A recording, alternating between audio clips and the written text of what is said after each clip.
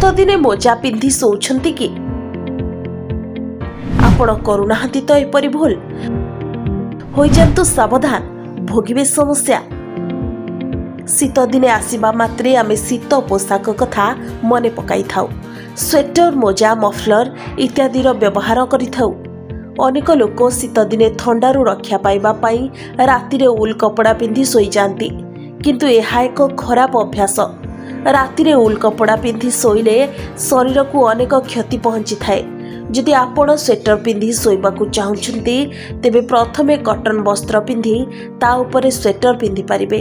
କିଛି ଲୋକ ରାତିରେ ଥଣ୍ଡାରୁ ବଞ୍ଚିବା ପାଇଁ ମୋଜା ପିନ୍ଧି ଶୋଇଥାନ୍ତି। ଏହାଛଡ଼ା ମୋଜା ପିନ୍ଧିବା ଦ୍ୱାରା ଗୋଡ଼ ଫାଟିବା କମ୍ ହୋଇଥାଏ, ପାଦ ଗରମ ରହିଥାଏ ଏବଂ ଝାଳରୁ ମୁକ୍ତି ମିଳିଥାଏ। ହେଲେ ମୋଜା ପିନ୍ଧି ଶୋଇବା ଦ୍ୱାରା ଅନେକ କ୍ଷତି ମଧ୍ୟ ହୋଇଥାଏ। ଯଦି ଆପଣ ଏମିତି କରୁଛନ୍ତି, ତେବେ ତୁରନ୍ତ ଆପଣଙ୍କର ଅଭ୍ୟାସ ବଦଳାଇ ଦିଅନ୍ତୁ। ରାତିରେ ଶୋଇବା ସମୟରେ ଆପଣ ଯଦି ମୋଜା ପିନ୍ଧି ଶୋଉଛନ୍ତି, ତେବେ ଏହା ଆପଣଙ୍କ ଶରୀର ଉପରେ ଖରାପ ପ୍ରଭାବ ପକାଇବ।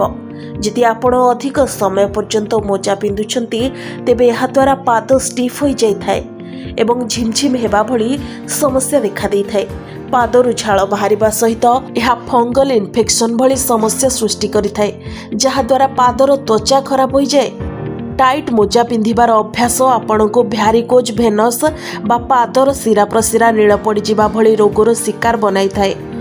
କେବଳ ସେତିକି ନୁହେଁ, ଯଦି ଏହି ରୋଗ ଆପଣଙ୍କୁ ପୂର୍ବରୁ ଅଛି, ତେବେ ପରିସ୍ଥିତି ସଙ୍କଟାପନ୍ନ ହେବାର ଆଶଙ୍କା ରହିଥାଏ। ଶୋଇବା ସମୟରେ ମୋଜା ପିନ୍ଧି ଶୋଇବା ଦ୍ୱାରା ରକ୍ତ ସଞ୍ଚାଳନରେ ସମସ୍ୟା ଆସିଥାଏ। ଶୋଇବା ସମୟରେ ଅଧିକ ଟାଇଟ୍ ମୋଜା ପିନ୍ଧିବା ଦ୍ୱାରା ବ୍ଲଡ୍ ଫ୍ଲୋ କମ୍ ହୋଇଥାଏ। ରାତିରେ ମୋଜା ପିନ୍ଧି ଶୋଇବା ଦ୍ୱାରା ବ୍ୟକ୍ତିକୁ ଓଭର ହିଟିଂ ସମସ୍ୟାର ସାମ୍ନା କରିବାକୁ ପଡ଼ିଥାଏ, ଯାହାଦ୍ୱାରା ଶରୀରର ତାପମାତ୍ରା ହଠାତ୍ ବଢ଼ିଯିବା ସହିତ ବିଚଳିତ ଏବଂ ଅସହଜ ଲାଗିଥାଏ। ଦିନଯାକ ମୋଜା ପିନ୍ଧି ବୁଲିବା ଯୋଗୁଁ ଧୂଳିମଳି ଜମି ରହିଥାଏ। ଆଉ ଯଦି ରାତିରେ ମୋଜା ପିନ୍ଧି ଶୋଇବେ, ତେବେ ପାଦରେ ସଂକ୍ରମଣ ବଢ଼ିଯାଏ।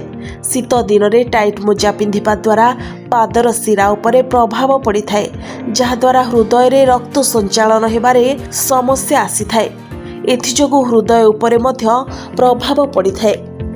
ବ୍ୟୁରୋ ରିପୋର୍ଟ, ପ୍ରଭାବ ନ୍ୟୁଜ୍।